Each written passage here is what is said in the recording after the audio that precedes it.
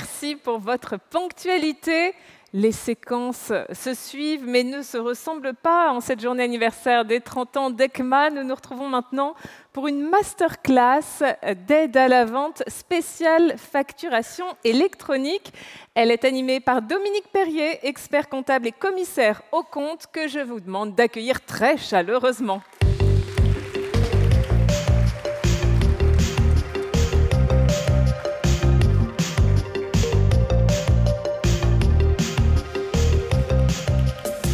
Bonjour Dominique, bonjour. Bienvenue. Bonjour. Alors, dites-nous, quels sont les objectifs de cette masterclass? Alors, il y en a plusieurs. L'étape 1, c'est de comprendre l'opportunité commerciale qu'on a, c'est de profiter de ce texte et de cette réforme qui a été reportée 3 fois, et que ce soit une véritable opportunité pour chacun de nous et non pas de la subir comme on subit certains sujets comme le guichet unique ou la DSN il y a quelques années. Là, c'est vraiment de profiter de cette réforme qui va nous faciliter la vie à terme, on va y revenir tout à l'heure, mais ça nous permettra justement de vendre d'autres missions.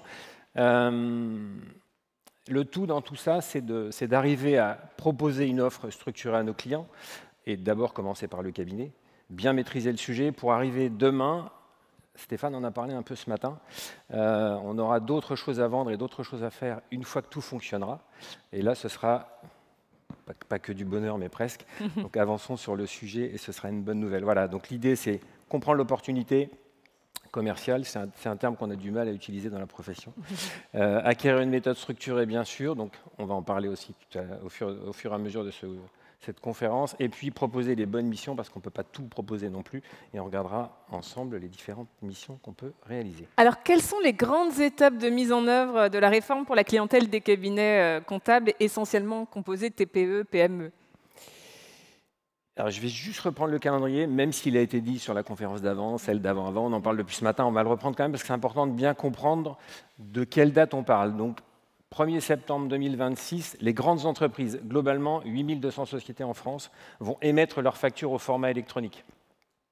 En revanche, toutes les autres auront donc l'obligation de les recevoir, parce que si elles les émettent et qu'on ne les reçoit pas, ça pose un problème. Donc ça veut dire que toutes les entreprises, dont nos clients et dont nous les cabinets, dont les TPE et les PME, on aura l'obligation de recevoir ces factures au format électronique.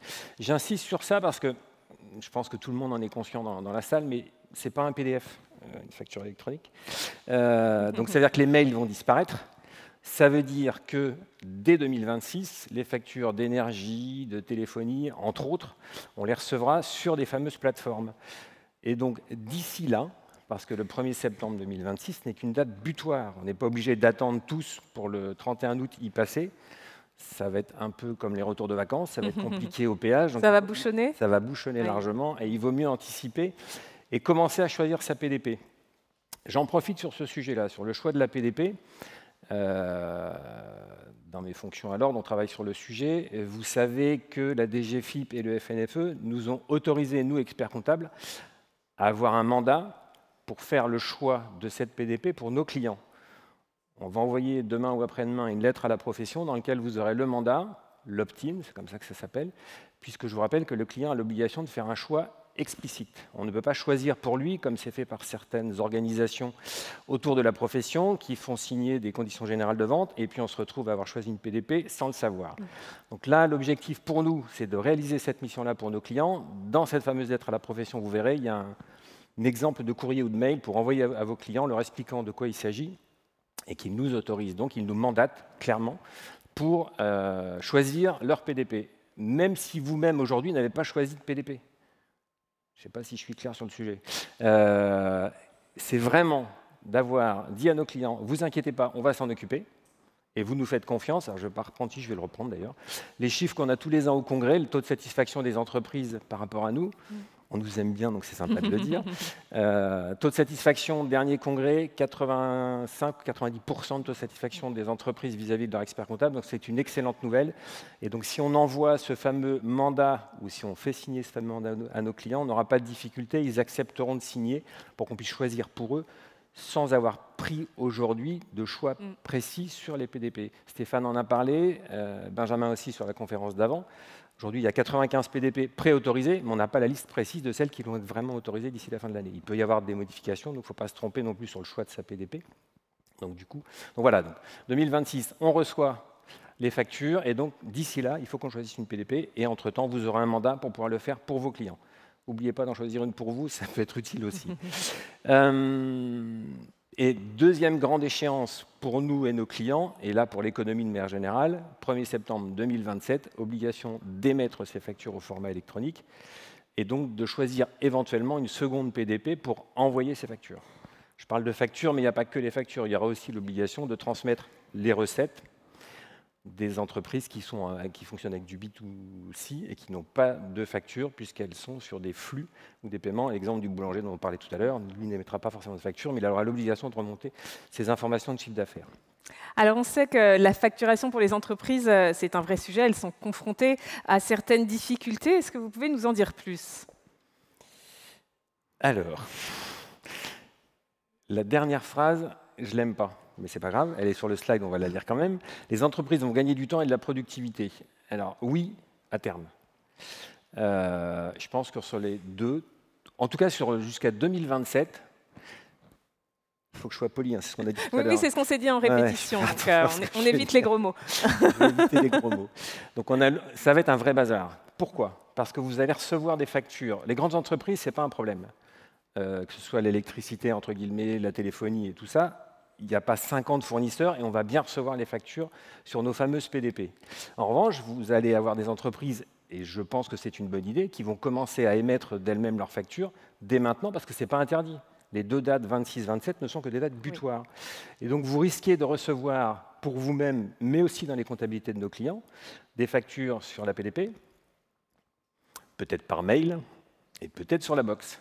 Donc ça va être un peu chronophage, voilà, je vais le dire comme ça. Donc les gains de temps, on verra ça après.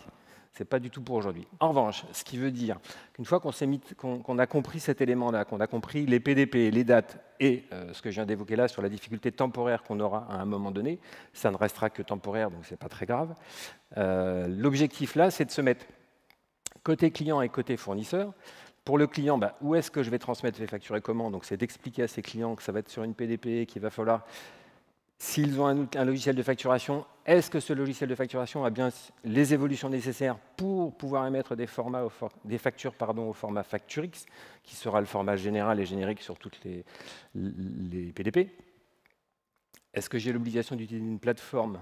Oui. En fonction de mon client, non. J'aurai ma propre PDP. Je ne suis pas obligé non plus de faire en fonction de chaque client. Quoique, vous aurez des métiers, typiquement les pharmaciens, ils auront vraisemblablement l'obligation d'utiliser la PDP, je crois que c'est Digifarma, si je ne dis pas de bêtises, qui est une PDP spécifique pour les pharmaciens. Donc forcément, on aura, nous, cabinet, quelques sujets à traiter. Il n'empêche que pour le client, soit je lui propose une PDP et ça lui convient bien parce que j'ai analysé en amont ses processus de transmission, j'ai regardé comment il fonctionnait et le logiciel de facturation qu'il avait, et je lui propose une autre PDP, ou il utilisera la sienne. Côté fournisseur, c'est ce qu'on va commencer à connaître. Pour ceux qui utilisent typiquement Je Facture depuis quelques années, ils sont déjà dans le modèle. Mes factures sont où? Elles sont sur la plateforme. Je ne les ai plus dans ma boîte mail et je vais les récupérer directement. Complexité des différents canaux, j'en ai parlé. Des difficultés d'automatisation, c'est de bien vérifier, ça a été dit aussi par Benjamin tout à l'heure, dans le cahier des charges et dans le texte de loi, on parle, et Jean-Yves l'a dit également, on parle beaucoup d'interopérabilité. C'est joli comme nom. Et pour que ça fonctionne, l'AFNOR vient de sortir une recette, entre guillemets, d'une API générique pour tous les éditeurs, mais encore faut-il que tous les éditeurs utilisent cette API. Là, j'allais dire, je compte sur vous. Il faut qu'on casse les pieds à tous les éditeurs et à tous les partenaires de la profession pour qu'ils soient tous interopérables. Je ne sais pas si on est dans la salle, parce que je ne vois pas bien dans la salle, mais ce n'est pas grave. Ils ont tous des lots de dollars dans les yeux. J'ai le droit de dire ce que je veux, de toute façon. Moi, je reste poli, c'est ça, hein? Oui, c'est ça. Moi, c'est mon seul critère. Ils ont tous des dollars dans les yeux en se disant je vais tout récupérer, les flux de tout le monde et la vie sera belle et j'aurai tout. Non, je vais juste faire un focus sur l'organisation du cabinet pour nos clients. Je pense qu'il est important d'avoir un outil de production, je n'ai pas de débat. Alors, dans l'outil de production, il y a le logiciel comptable nous concernant et le logiciel de facturation concernant le client. Il est important, à mon sens, de dissocier la GED de cet outil-là pour avoir ses propres données. Et puis, côté PDPOD, c'est pareil, éventuellement de dissocier. Je pense qu'il y a un vrai sujet. On vit tous un syndrome depuis quelque temps sur un certain éditeur, je ne le nommerai pas. Mais si on veut pouvoir demain rester indépendant, compte tenu de l'ensemble des flux qu'il y aura sur tous ces sujets de facturation électronique, mais aussi de paiement. Il faut que nous, on reste indépendants sur ces sujets-là, donc je pense que ce n'est pas forcément une bonne idée. Ça peut en être une, l'analyse doit être faite au cas par cas, mais d'avoir forcément sa PDP chez son éditeur n'est pas forcément la solution. Voilà. En fait, il faut arriver à gérer les choses. Tout ça pour dire que ça va générer des questions et des questionnements chez nos clients, ça en pose aussi sur les cabinets, et on va passer sur... Et justement, on va voir peut-être donc identifier les points de douleur, là c'est ce qu'on se disait, sur la démarche commerciale à adopter vis-à-vis de ses clients, par quoi commencer? Je le disais tout à l'heure, commercial, c'est un mot qu'on a du mal à utiliser, mais il va falloir qu'on y aille quand même, parce qu'il va falloir qu'on propose des choses à nos clients. Pour que ça fonctionne, je pense qu'il faut qu'on soit dans une même démarche que celle qu'on a dans nos cabinets, et ce que l'Ordre fait depuis plusieurs années, c'est d'expliquer la réforme, quels vont en être les impacts, comment ça va fonctionner. Et on a le congrès de Lyon qui arrive, où le sujet sera vraiment le sujet central sur la facturation électronique, l'IA et la data, qui sont des sujets sur lesquels on travaille depuis plusieurs années, mais là on arrive dans la vraie vie, parce que c'est à date, on est dedans, donc on va commencer à travailler. Donc ça veut dire de bien expliquer à ses clients, ça veut dire certainement leur écrire très bien, leur en parler certainement, et surtout leur montrer les impacts que ça aura. C'est quoi une facture électronique? J'ai encore fait des rendez-vous de bilan cette année. Quand on parle de facturation électronique avec les clients, mais c'est bon, je t'envoie déjà toutes mes factures en PDF, donc c'est rien. Alors oui, mais ce n'est pas tout à fait ça, c'est un peu plus compliqué. Donc il faut prendre le temps de leur expliquer. Et si on prend le temps de leur expliquer comment va fonctionner cette réforme et quels vont être les impacts de cette réforme, je pense que les clients comprendront que ce qu'on leur propose, notamment le choix de la PDP, que l'outil qu'on leur proposera pour la facturation, s'ils n'en ont pas, ou ce genre de choses, va aussi être accepté par eux, parce que l'idée est de les accompagner et non pas de les assassiner à vendre un produit. Après, c'est vraiment d'arriver à trouver un outil qui est vraiment à leur disposition et qui correspond clairement à leurs besoins. Et après, dans tous les sujets qu'on pourra évoquer avec les clients, là je parlais vraiment de facturation et d'organisation comptable, il y a le sujet d'après, c'est on va faire quoi, puisqu'à terme on va récupérer du temps, il paraît. En tout cas, à partir du moment où les factures vont être transmises au fil de l'eau, on va se retrouver dans une situation où le temps va changer. C'est-à-dire qu'aujourd'hui, je vais le dire, mais je ne vais pas trahir de secret, globalement, les collaborateurs et nous, on travaille à peu près quand on veut. Un client m'envoie ses factures, je vais lui faire sa TVA, faire ce que j'ai à faire, mais en fait, si je n'ai pas envie de faire la compta aujourd'hui, je ne la ferai pas, sauf s'il me demande un reporting ou ce genre de choses, mais je peux le faire quand j'ai envie. Demain, avec la facturation électronique et les PDP, il n'y a plus de temporalité. Ça veut dire qu'à partir de, moi, je me mets à la place d'un client, écoute, j'ai déposé toutes mes factures, les relevés de banque, tu les reçois au quotidien, donc je veux avoir ma compta et une approche de mon résultat à l'instant T. Donc ça veut dire que ça rentre aussi dans l'organisation, et dans ce qu'on doit faire, nous, dans nos cabinets, c'est adapter l'organisation pour qu'on puisse répondre à nos clients sur ces sujets-là. Je pense qu'ils nous attendent vraiment sur ça, et si derrière, c'est pour ça que je parlais tout à l'heure d'opportunités sur cette réforme de la facture électronique, si on vend au client que sa comptabilité sera à jour au jour le jour, qu'il aura son résultat estimé, alors si en plus on utilise des produits comme on a vu juste avant et on lui compare avec les petits copains du marché et ce genre de choses, je pense qu'on aura tout gagné. Et là, pour le coup, on répondra à une réforme qui nous est imposée, oui, mais je pense que ça fait partie des sujets de la vie des entreprises. Et je l'avais dit il y a quelque temps, la facturation électronique, si on prend l'ensemble des flux des entreprises, en 25 ans, on est passé globalement, c'était très bien, c'est un peu ce qui a été présenté par ECMA juste avant, on a commencé par les déclarations sociales. Je déclare. Ensuite, on est passé sur la partie bancaire. Mais il reste quoi derrière? C'est ce que j'appelle la dernière marche de la digitalisation de l'économie. C'est les factures, achats et ventes.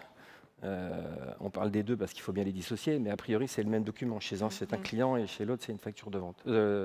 Fournisseur, pardon. Si on arrive à mettre tout en mouvement, on aura tout gagné, et je pense qu'on n'aura pas de mal à vendre à nos clients d'autres missions qui vont être hyper intéressantes pour eux, parce qu'on va les aider à piloter leur entreprise. Alors, les experts comptables ont une position, on le disait, privilégiée vis-à-vis de leurs clients. Comment s'en servir pour les embarquer dans cette facturation électronique? On va parler de l'approche commerciale. J'ai un peu devancé. Oui, c'est ça, il avait déjà un peu dit, mais on peut revenir sur les points mentionnés. On va revenir dessus, oui. En fait, je pense que soyez pédagogue, rassurant et structuré, oui. Je pense que c'est comme tous les sujets, quand on a eu besoin d'expliquer à nos clients le guichet unique, la DSN, ce genre de choses, ils voient bien qu'on en a bavé. On va se dire les choses, ils voient bien, nos clients, qu'on en a bavé, mais ils savent qu'on fait tout pour eux et pour les accompagner. Il faut être transparent avec eux. De toute façon, on a une relation de proximité avec nos clients et de confiance, je le disais tout à l'heure. Il y aura certainement une enquête encore au congrès de Lyon de cette année, mais tous les ans, on nous donne des chiffres, ils sont très rassurants. Après, il ne faut pas s'endormir dessus. Faisons attention, mais on est quand même le premier conseil des entreprises, ce qui est quand même un capital de dingue par rapport à l'environnement et l'ensemble de l'écosystème qui gravite autour des entreprises. On est quand même le numéro 1. Partant de là, si on prend le temps de leur expliquer cette réforme, si on prend le temps de leur expliquer quels vont être les impacts pour eux, quels vont être les gains pour eux, parce qu'il va y avoir du positif et du négatif, si vraiment on travaille le sujet, il n'y a pas de raison qu'ils ne nous suivent pas. Si je prends ma propre expérience, elle est toute petite, on a fait un envoi aux clients pour leur dire de ne pas choisir la PDP sans nous en parler. On a fait le choix là il y a un mois et demi. Certains clients, en tout cas me concernant, plusieurs m'ont rappelé en disant « Ok, j'ai bien compris, tu me dis quand tu es prêt et on y va. On ne fera rien sans toi. » Je trouve ça hyper rassurant, donc il ne faut pas se tromper. Mais le fait d'être transparent, de leur expliquer où on va, pourquoi il y a une réforme, à quoi elle correspond, et on ne l'a pas dit, je ne l'ai pas encore dit, et on ne l'a pas dit depuis ce matin, je n'ai pas le souvenir en tout cas.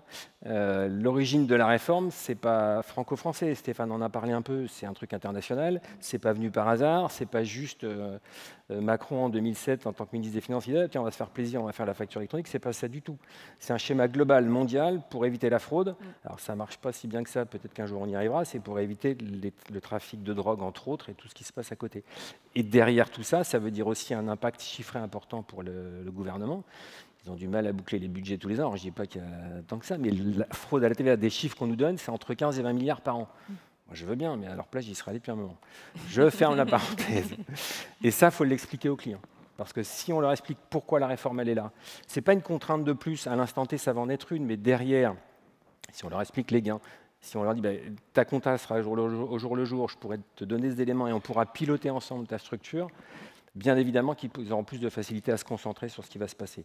Si on rajoute les sujets qu'évoquait Stéphane ce matin sur l'intelligence artificielle et ce qui arrive, on va vivre de grands moments et ça va être sympa. On est reconnu, au-delà de la compétence technique que l'on a, je rappelle qu'on est quand même tiers de confiance, ce n'est pas quelque chose de gratuit, c'est quelque chose qu'on est allé chercher. Certains présidents ont beaucoup travaillé le sujet, on l'a eu, et c'est reconnu des clients, donc il faut absolument qu'on s'appuie dessus, et les clients nous attendent pour ça. Après, vendre pour vendre, je l'ai dit, ce n'est pas le sujet, je pense qu'il faut vraiment accompagner, leur expliquer ce qui va se passer, et on n'aura pas de mal à le faire. Dans les techniques à mettre en place, bien sûr qu'il faudra packager des offres et ce genre de choses, on n'est pas forcément tous bien aguerris à ça, mais ça n'empêche qu'il va falloir le faire et adapter son offre aux clients avec qui on va travailler demain, parce qu'on en a besoin, et ils en ont besoin aussi. Alors, on l'a évoqué, mais est-ce que vous pouvez revenir sur les grandes missions que les cabinets pourront proposer à leurs clients? Alors, il y en a une qui est certaine, choix de PDP. Alors, je ne les prends pas forcément dans l'ordre, mais ce n'est pas grave. Choix de PDP, je l'ai évoqué, le fameux opt-in, le fameux mandat dont j'ai parlé tout à l'heure, et vous aurez la lettre à la profession pour vous accompagner sur ça. C'est l'étape 1 des choses. Mais avant, étape 1, il y a l'étape 0, c'est formation, sensibilisation. Ça veut dire en parler à vos clients. Je ne sais pas comment vous organisez les choses, mais il y a plein d'outils qui sont mis à disposition au niveau du site de l'ordre. Je suppose que vous connaissez IFAC Expert. Rassurez-moi, s'il vous plaît. Oui, oui. Si ce n'est pas le cas, il faut aller sur le site de l'ordre. On ne le voit pas beaucoup parce qu'il est en bas à gauche, pardon. Je suis en train de le faire remonter pour qu'on le voit un peu plus. Et vous avez tout ce qu'il vous faut dedans. On a mis à l'intérieur, ça fait des années que ce site existe et tout le monde a participé, a fait évoluer les différents sujets, mais vous avez des formations qui vous permettent de vous former, de former vos collaborateurs. Vous avez des formations à destination des clients. Je pense que sur ces sujets-là, il ne faut pas hésiter à bien expliquer aux clients c'est quoi la facturation électronique et quels vont être les impacts pour vous, comment ça va se passer pour vous demain. Parce que si on ne leur explique pas, il n'y a pas de compréhension. Si je ne comprends pas, par principe, je ne vais pas y aller, donc j'ai besoin qu'on m'explique. Donc ça, c'est les premières choses à faire. Sensibilisation, formation. Facturable, pas facturable, c'est propre à son cabinet, chacun fait ce qu'il veut, mais il faut quand même regarder le sujet. Deuxième élément, donc, et le troisième, ce que je disais, c'est le choix de la fameuse PDP. On peut le faire pour certains si vous avez fait votre choix, ce n'est pas un problème.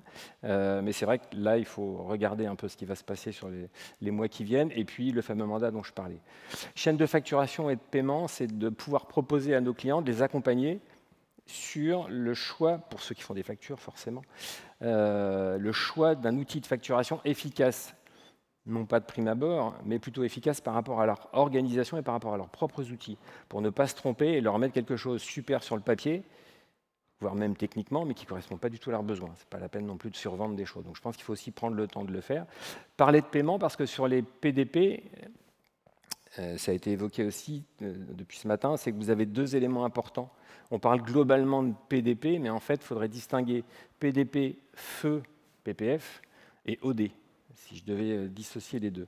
La partie PDP ne correspond, sur le haut du sujet, uniquement au transfert de flux, si je le traduisais comme ça. Et après, la valeur, la vraie valeur, et là, nous, on va pouvoir proposer de nouvelles missions, c'est vraiment sur la partie OD, parce que c'est là qu'on pourra accompagner les clients sur une modalité de paiement.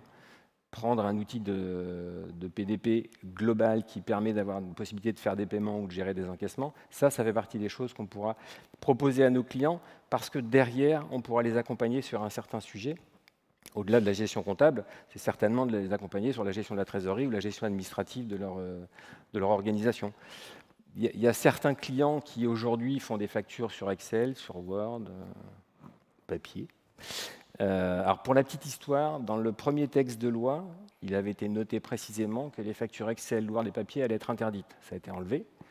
Ça nous aurait bien arrangé parce que moi, on n'avait pas à se battre. Mais là, c'est bien aussi de proposer aux clients. Il y a des outils sur le marché qui proposent des logiciels de facturation gratuits en fonction du volume. Vous avez vu l'offre freemium tout à l'heure, mais il y en a d'autres qui le proposent également. On est vraiment sur des outils de facturation simples pour les entrepreneurs qui leur permettent, de respecter la loi, clairement, ce que disait Stéphane aussi ce matin, sur les fameuses conditions obligatoires et les mentions obligatoires sur les factures. Sauf erreur de ma part, sur Excel, il n'y a rien de mieux pour se planter. Ça reste un tableur, ce n'est pas un outil de facturation. Donc en fait, en leur proposant des outils de facturation adaptés à leur modèle, vous les mettez dans la légalité, donc vous êtes clairement dans la conformité fiscale. Et là, vous les rassurez. Et en plus, cet outil-là sera forcément chaîné avec une ou plusieurs PDP, ce qui vous permettra, vous, de travailler et d'avancer sur le sujet correctement et leur faciliter aussi la vie à eux. On le voit bien sur les artisans qui font leurs factures le week-end et ce genre de choses. Là, avec des outils comme ça, on les aide et on leur facilite aussi le paiement. Donc ça fait partie des sujets intéressants. Et le quatrième élément, alors je l'ai un petit peu dévoilé tout à l'heure, mais c'est vraiment le pilotage en temps réel. Je le disais, à partir du moment où on sera, alors ça sera 2027, pour ceux qui attendront la date butoir, mais 2027, je serai capable d'avoir toutes les factures, presque, de mes clients dans mes PDP pour pouvoir justement gérer la comptabilité au fil de l'eau et gérer aussi bien le chiffre d'affaires que les achats. Et donc, je serai capable d'avoir une comptabilité au jour le jour. Et là, les clients, je pense, en tout cas, je milite pour, les clients vont nous attendre sur ce sujet-là parce que à partir du moment où on va leur imposer une contrainte, même si on leur donne des outils qui sont agréables à utiliser, on va les enquiquiner au fil de l'eau. Là, sur les 2 ans qui viennent, il faut que vous fassiez ci, il faut faire ça, il y a une PDP. Enfin, il va y avoir une problématique de jargon et de prise en main par les entrepreneurs. Si derrière, on n'est pas prêt, nous, pour leur proposer des tableaux de bord partagés ou ce genre de choses, alors, il y en a déjà sur le marché, hein, je ne dis pas que ça n'existe pas, je dis simplement qu'aujourd'hui, ils valent ce qu'ils valent. Si les pièces comptables ne sont pas traitées, ça ne vaut pas grand-chose. Demain, avec les PDP, on n'aura pas d'autre choix que d'être à jour. Donc ça veut dire aussi, nous, avoir une vraie promesse auprès de nos clients, c'est de leur dire qu'on va s'organiser différemment et qu'on va travailler différemment et que leurs dossiers seront ouverts au jour le jour et tous les jours. Je vais faire une comparaison, alors je ne sais pas si elle est heureuse, mais peu importe. Le monde bancaire, un monde que je connais un petit peu, mon épouse travaille dans la banque. Un conseiller client, je crois qu'ils appellent ça, je ne sais plus comment ils appellent, tous les jours, je n'ai pas dit de gros mots, ça va. Non, mais j'ai bien dit. Tous les jours, ils regardent tous les comptes débiteurs tous les matins, de tout leur portefeuille client. Ça veut dire qu'ils regardent tous les matins. Je pense que dans nos organisations, demain, avec des outils tels qu'on doit les avoir, on les a aujourd'hui, les outils comptables. On n'a pas les factures, on a les outils comptables. on devra travailler de la même manière. C'est-à-dire que je serai moi collaborateur, alors pas que les débiteurs, je vais regarder tous mes dossiers clients. Et en fait, je vais regarder si la compta est à jour, cohérente, être capable de dire à mon client, c'est bon, ton chiffre d'affaires il est de temps, je le valide, tes achats sont de temps, et ainsi de suite. Je serai capable de lui proposer un résultat bien surestimé, parce qu'il y a des choses qui manqueront, il y aura des ajustements à faire, mais ça, c'est pas grave. Au moins, la tendance que je proposerai à mon client sera juste. Et là, pour le coup, je pense qu'ils seront capables d'accepter de payer. Ça fait plusieurs années, on n'arrête pas de nous dire, avec la facture électronique, la tenue va disparaître, donc les honoraires vont baisser. C'est une hérésie pas possible, ce sujet-là. S'il baisse, ce n'est pas pour ça. Ça n'engage que moi. S'il baisse, ce n'est pas pour ça. C'est qu'on n'apporte pas la prestation que le client il attend. Si j'apporte de la valeur dans le travail que je fais, bien sûr que lui va me dire, tu passes moins de temps sur le sujet. OK, maintenant je vais te refacturer mon vrai coût informatique et tu vas voir si je passe moins de temps sur le sujet. Je pense qu'à un moment donné, il faut aussi être transparent et leur expliquer que si on a, c'est pas si, on aura les éléments. Donc je pourrais lui proposer un tableau de bord, ce dont je parlais, mais on pourra faire des tas d'autres choses. Gestion administrative et comptable. Bien sûr qu'on a des clients aujourd'hui, on commence à en avoir un petit peu, qui font leurs factures tout seuls à la main, ils commencent à nous demander de le faire.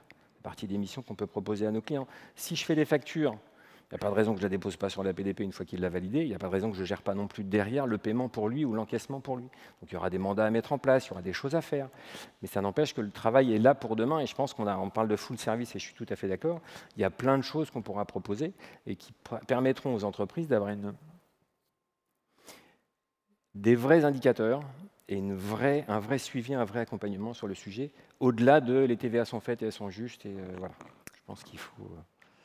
Les missions sont là. Alors, vous le disiez, hein, les cabinets n'ont pas l'habitude de structurer leur offre commerciale dans le cadre de la réforme. Il y a un intérêt à packager ces offres en fonction de sa clientèle. Que préconisez-vous ? Alors, je n'irai peut-être pas jusqu'à la préconisation, mais juste que moi je ressens. Quel est votre point de vue alors ? Voilà. Bien sûr, ces trois exemples qui ont été pris là, hein, c'est de dire il y a trois niveaux d'offres que l'on pourrait faire. Hein. On va l'appeler un pack essentiel, un pack confort et un pack premium et pas freemium. Le pack essentiel, c'est la base, à mon avis, c'est de dire, monsieur le client, je vous accompagne, je vous forme, je fais un diagnostic de votre système et je regarde comment on peut mettre en place et je vous mets en conformité par rapport à cette réforme. Je pense que pour les entreprises TPE, là, on est vraiment sur ce qu'il faut et ça ne devrait pas coûter trop cher. Parce que soit la formation, le diagnostic et l'accompagnement à la mise en conformité, c'est des choses qu'on maîtrise et ça devrait fonctionner facilement. Le deuxième pack, qu'on peut appeler le pack confort, c'est le premier plus le choix de la PDP. Alors moi, je pense qu'il faut que les deux soient en même temps. Et alors, c'est l'étape suivante, c'est l'intégration des outils. Et là, c'est de voir avec les entreprises. Donc sur le pack essentiel, on est plus sur les TPE. Sur le pack confort, on est plus sur les entreprises un peu plus structurées, qui ont des outils en interne. Et là, on peut travailler avec eux sur faire l'analyse de leurs outils, et au-delà de l'analyse des outils, c'est de voir comment on peut, nous, leur proposer de faire évoluer les outils pour ensuite répondre à la conformité. Sur les entreprises un peu plus capées, donc les petites PME ou grandes PME, d'ailleurs, peu importe, vous avez celles qui sont sur des standards de logiciels, donc ça, ce n'est pas trop un problème, mais vous avez celles aussi qui ont créé leurs propres outils. Là, il y a un vrai sujet. Parce que quand vous avez un outil interne qui existe depuis des années pour faire votre facturation. Alors moi, je n'ai pas la compétence pour le faire, mais au moins, je peux dire à mon client, faites attention. Là, sur ce sujet-là, votre outil, il est propre. Vous l'avez développé en interne. Comment vous le faites évoluer pour répondre à la réforme de demain? Est-ce qu'il est capable de le faire ou pas? Si en plus, il suffit en plus que le consultant informatique qui lui ait créé le sujet n'existe plus, grand moment d'inquiétude. Il n'empêche qu'on peut proposer un accompagnement parce qu'on a suffisamment de hauteur sur le sujet pour soulever les problèmes et ensuite apporter des solutions et pas forcément la solution, parce que l'idée n'est pas non plus d'apporter qu'une solution, c'est aussi de proposer au client, moi j'irai peut-être vers ce logiciel-là. Pourquoi? Ce n'est pas le nom du logiciel qui est important, c'est ce logiciel-là va répondre à cet élément-là parce que vous avez là la possibilité de faire des factures au format facture X, parce que vous travaillez à l'export, il faut peut-être travailler sur un autre sujet, enfin un certain nombre de choses dont on a besoin. Et après, pour ceux qui sont hyper capé notamment en informatique, c'est d'ailleurs le tout en un, le pilotage premium, c'est le client me délègue tout et je passe par un audit informatique. Enfin là, on passe sur des sujets un peu plus compliqués, mais ça peut être fait aussi parce que le sujet, à la limite, comme le pack confort, c'est aussi de soulever les problèmes on est quand même des auditeurs sous une autre casquette, on est capable de soulever les problèmes et de voir où sont les points d'achoppement. Et donc les soulever, leur proposer éventuellement une ou plusieurs solutions, quitte à les mettre en relation avec des gens pour le faire, mais au moins avoir apporté cet œil-là sur le sujet, je pense que c'est quelque chose qui peut aussi rassurer nos clients et montrer qu'on est toujours présent à côté d'eux. Après, si on ne se sent pas les épaules pour le faire, il faut mieux rester sur le pack essentiel et puis leur conseiller de rencontrer un consultant ou des choses comme ça. Mais il ne faut pas non plus, faut pas laisser pas c'est une expression, faut pas laisser passer le train, là c'est clair, il ne faut pas laisser la place aux autres. On est vraiment présent sur le sujet, donc il faut vraiment s'investir sur ça. Il y en a pour 2 ans et après ça roulera, on aura d'autres sujets à gérer, dont l'IA qui arrive à une vitesse grand V, qui va nous solliciter pas mal. Autre sujet, pour une autre table ronde. Alors, une fois que le cabinet a structuré ses offres, l'élément clé, c'est le rendez-vous client. Comment réaliser un rendez-vous efficace? Alors, pas en visio. Premier point. Ouais, on peut éviter. On est tous passés par des réunions en visio, on fait que ça. C'est sympa, mais on oublie l'essentiel. C'est le moment du café ou la petite pause déjeuner après où on apprend plein de choses et c'est assez intéressant. Non, blague à part. Le rendez-vous client, sur ces sujets-là, je pense qu'il ne faut pas arriver les mains dans les poches. Ça se prépare. C'est de bien commencer à travailler sur le diagnostic. Ça veut dire faire un mini-audit flash sur l'organisation de l'entrepreneur et de ses besoins. Ça, ce sont des outils qu'on a sur le site IFAK Expert. On a mis en place un certain nombre de sujets, vous pourrez les retrouver. Et donc, une fois qu'on a fait l'audit, derrière, c'est de revenir vers le client et lui faire la présentation du plan d'action, des solutions qui sont personnalisées avec un calendrier pour lui dire, voilà, sur ton logiciel de facturation, on ne va pas attendre 2027, on peut peut-être démarrer, peu importe, mai 26 ou juin 26, et on fait des tests, et on voit si ça marche, et on avance. Je pense que ça rassurera aussi les clients. Une fois qu'on a fait ce diagnostic et qu'on a fait le compte-rendu oral de tout ce qu'on avait proposé et analysé, l'idéal, c'est aussi de faire une proposition écrite. Alors, on est habitué, dans le cadre de nos missions, on fait une lettre de mission. Là, c'est un peu le même sujet. C'est dire, voilà, on va passer sur telle organisation, et voilà les retours sur investissement que vous pourrez avoir parce qu'on aura pu lui préciser ce que j'ai évoqué précédemment sur la compta sera plus à jour, on pourra faire des tableaux de bord plus facilement, on pourra utiliser de l'IA parce qu'on commence à s'en servir et ça vous permettra d'avoir des chiffres beaucoup plus précis et donc de piloter au mieux votre entreprise. Et bien sûr, envoyer la lettre de mission pour signature et commencer à travailler après. Sur ces sujets-là, c'est pareil. Sur le site IFAK Expert de l'Ordre, vous avez un certain nombre d'informations qui vous permettent de retrouver ces éléments-là. Et puis après, s'engager et puis suivre l'acceptation de la mission et emmener le client avec nous et lui montrer au fur et à mesure, faire des points d'étape sur ce qu'on a fait et que ça avance bien et qu'on est vraiment dans son schéma à lui et qu'on travaille pour lui et avec lui. Dominique, est-ce que vous pouvez nous donner des exemples sur l'approche commerciale à proposer suivant les différents types de clients d'un cabinet? Je vais essayer. Si on reprend par typologie, parce que c'est vrai qu'il faut quand même, je ne l'ai pas dit, je vais le dire maintenant, c'est pas grave, dans l'analyse et de la mise en place de toute cette réforme au sein du cabinet, ça peut se faire en 5 étapes. On a préparé au niveau de l'ordre un schéma sur lequel vous avez les 5 étapes. La première étape, c'est de faire la cartographie de ses clients.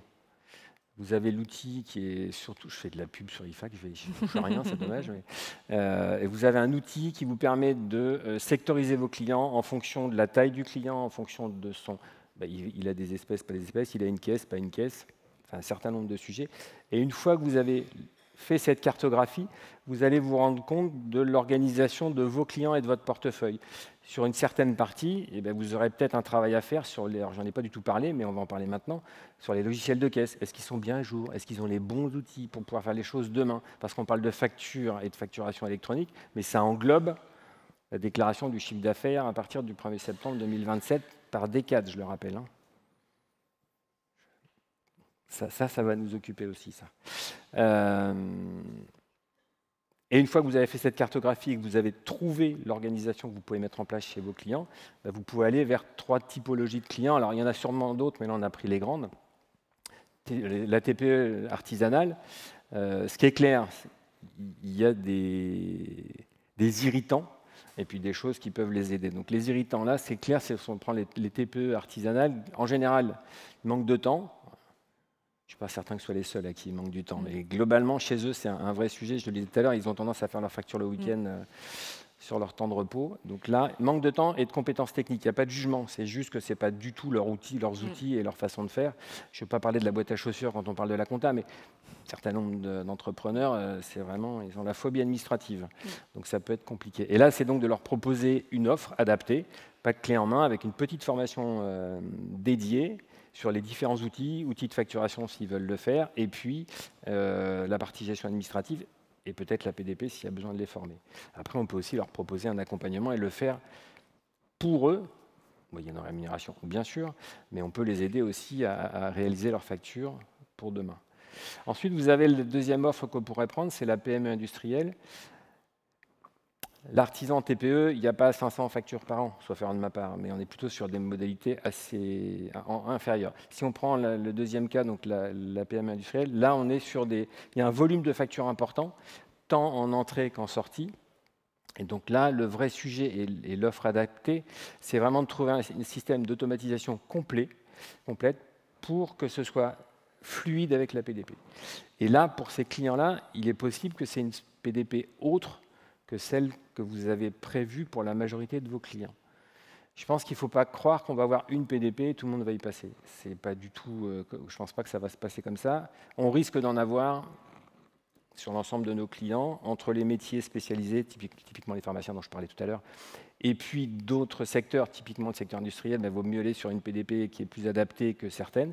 On risque d'avoir une quinzaine ou une vingtaine de PDP à gérer quand même dans nos cabinets. Donc ça risque un peu de complexifier, entre guillemets, à la mise en place, mais une fois que c'est mis en place, ça roule, ça marche, et il n'y a pas de raison que ça ne fonctionne pas. Donc, ce n'est pas grave en soi. Et là, c'est pareil, on a un rôle de réassurance auprès des clients. Donc ça, c'est pour la PME industrielle. Et après, si on prend un autre exemple, donc là, on pourrait prendre la start-up. J'aime bien start-up numérique. Pour le coup, on est dans un schéma où les startups sont dans un besoin d'agilité et besoin d'avoir les données en temps réel. Ce que je disais, là, on est en plein dedans. Et pour le coup, l'offre, elle est claire et facile. C'est une solution de pilotage avancée. On n'est plus sur des outils relation client avec une information transmise au client plutôt qu'un outil de production interne. Donc, il faut aussi qu'on intègre ces éléments-là parce que de toute façon, je pense qu'avec la facture électronique, le marché, entre guillemets, va s'inverser. C'est plus nous qui allons imposer nos outils à nos clients, c'est eux qui vont avoir tendance à nous imposer leurs outils, ce qui n'est pas grave. Hein. Pourquoi c'est pas grave? Je le disais tout à l'heure, c'est que l'interopérabilité entre les PDP permettra aussi d'avoir une interopérabilité. Je m'arrête parce que je parle de deux interopérabilités. Pour moi, il y a l'interopérabilité horizontale entre les PDP. Celle-là va fonctionner sans aucune difficulté. Et vous avez l'interopérabilité verticale, c'est celle qui permet de récupérer l'ensemble des flux des diverses PDP et de les déverser dans nos comptas facilement. Là, il va y avoir un peu de taf. Et là, c'est un vrai sujet. Pareil, c'est pour ça que je le disais tout à l'heure, il faut absolument qu'on casse les pieds, qu'on ennuie, qu'on... Je peux vraiment pas dire de gros mots, c'est pénible. Non, qu'on saoule les partenaires pour impérativement ils aient le réflexe de créer des API entre tous les outils. Et c'est ce qui nous facilitera la vie, à nous certainement, mais surtout à nos clients, parce que si on est sur des sujets où à chaque fois qu'un client a un outil spécifique, je suis obligé d'apprendre à maîtriser son outil, on ne va pas s'en sortir et le client ne sera pas satisfait. Il faut vraiment qu'on ait cette interopérabilité pour arriver à avoir justement ces cartographies-là telles qu'on les voit là. Et donc pour les fameuses startups, solutions de pilotage, c'est un vrai sujet pour eux et ça se comprend. Et donc du coup, ça veut dire suivi de trésorerie, ça veut dire un certain nombre de choses. Et forcément, un outil là, en l'occurrence, intégré avec sa PDP, parce que c'est forcément ce qui sera le plus simple. Dominique, pour lancer sa campagne vis-à-vis des clients, de quoi le cabinet a-t-il besoin? Kit de démarrage cabinet. IFAC. De manière générale, quand on se lance sur un nouveau produit comme celui-là, parce qu'on va l'appeler comme ça, il y a forcément de la communication, des supports commerciaux et un outil de tarification. Là, c'est pareil.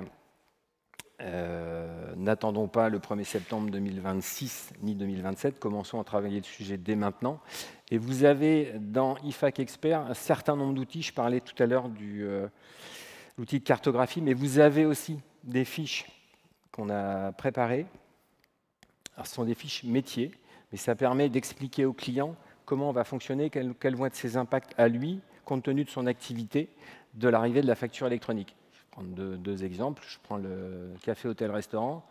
Quand on lui parle de prime abord d'outils de facturation, il nous regarde, il s'en moque un peu parce que de toute façon, ce n'est pas son sujet. Lui, il encaisse sur son logiciel de caisse s'il en a un, et puis il y a les factures à recevoir. Et quand vous commencez à lui expliquer, ouais, mais sauf que si on respecte bien la loi fiscale, quand tu vends, je ne sais plus, 150 ou 120 euros, tu es obligé de faire une facture pour respecter la loi. Ah, donc du coup, il faut que j'ai un outil qui s'adapte à mon sujet.